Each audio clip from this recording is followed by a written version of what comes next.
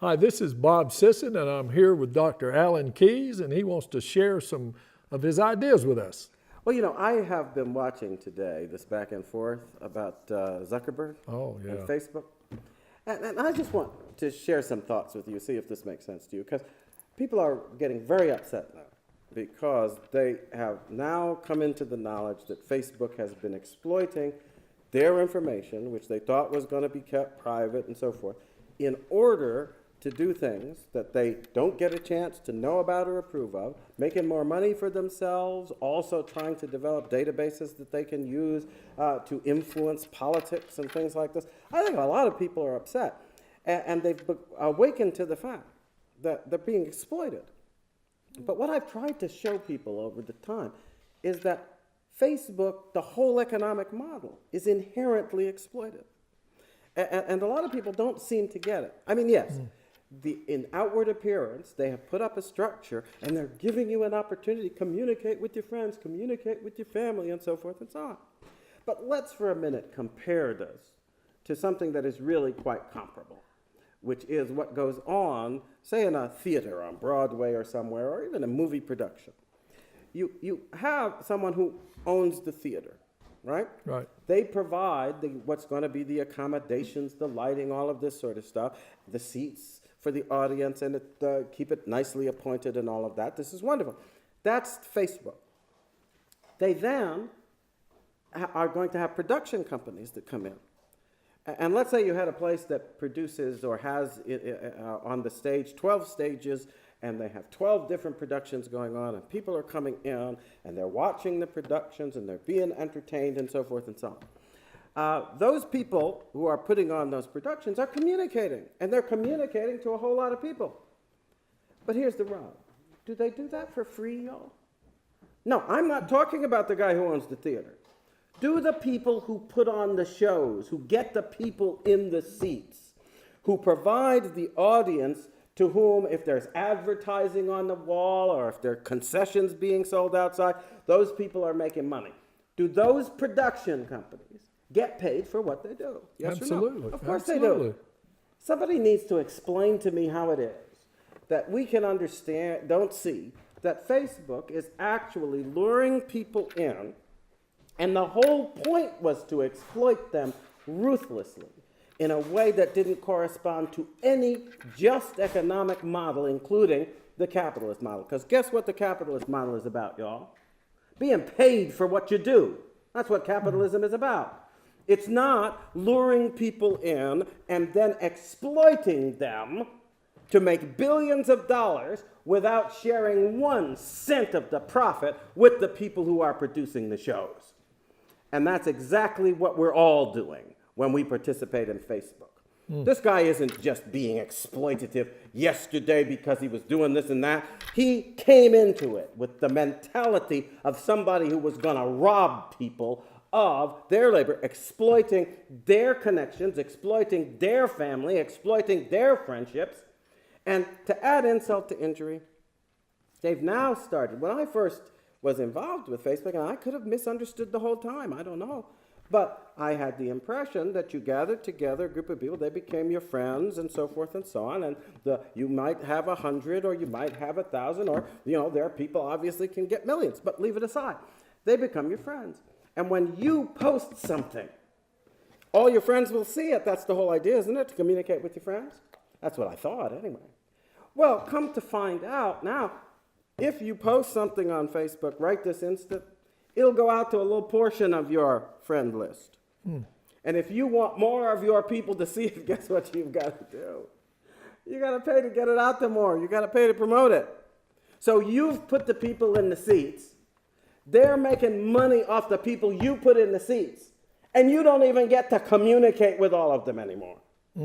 So you're not only not being paid, you're being deprived of what was offered to you, of that opportunity for communication with people, that opportunity to stay in touch with folks, that opportunity to share your views with others who might share those views.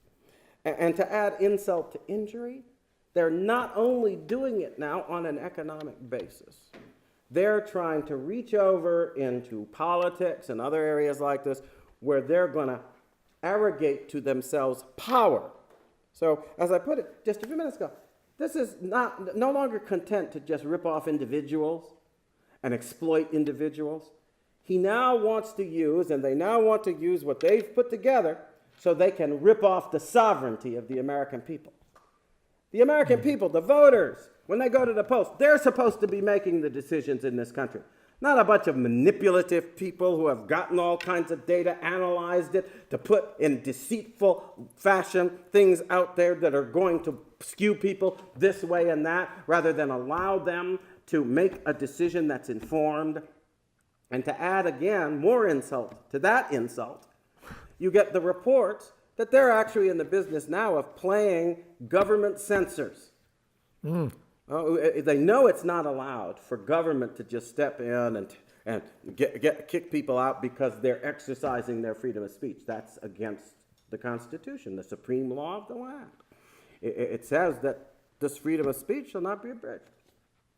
But guess what?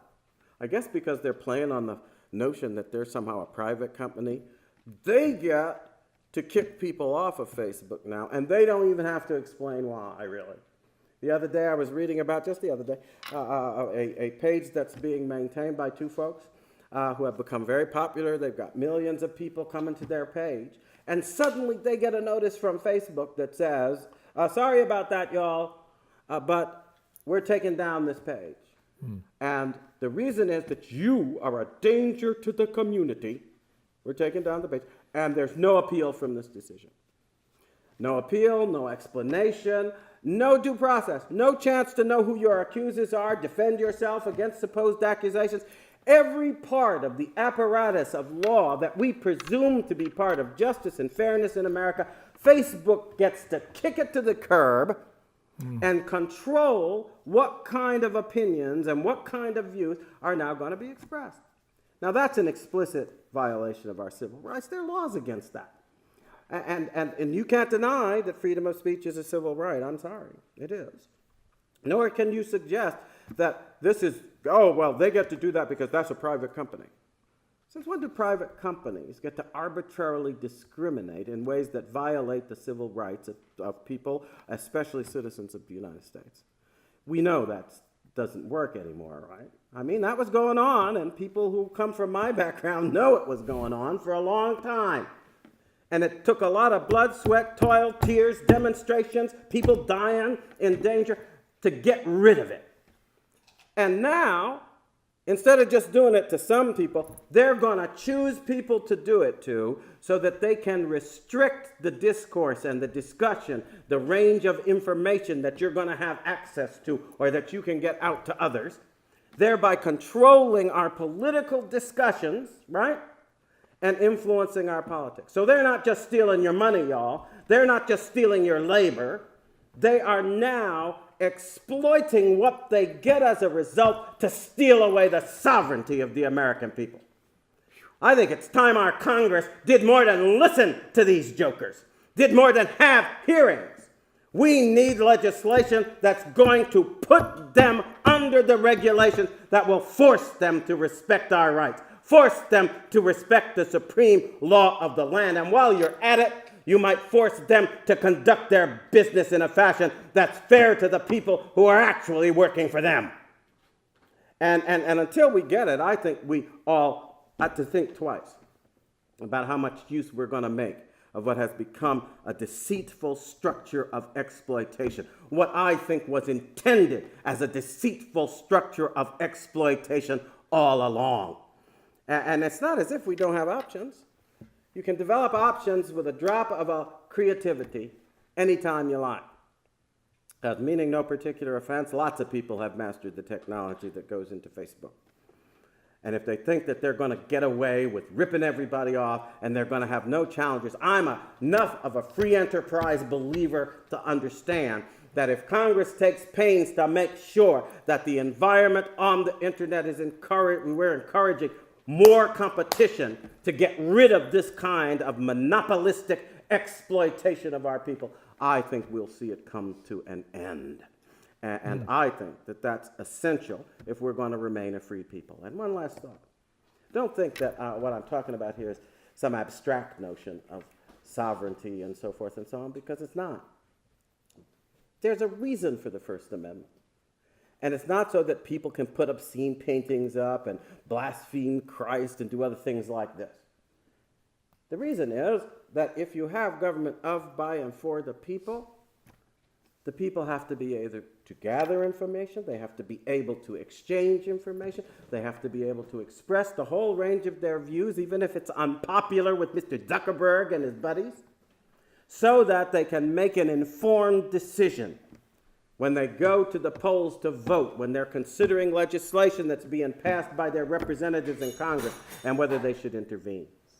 All that we're allowing now with these techno-robber barons is pretty much to give them the opportunity to establish a technological tyranny that overturns our Constitution, overturns our rights, overturns our self-government, and at the end of the day leaves us as not citizens, but subjects of folks who have developed the kind of power we've allowed them to amass and are now abusing it. And I think it's long past time for this abuse to come to an end. Anyway, just wanted to share that thought. What do you really think?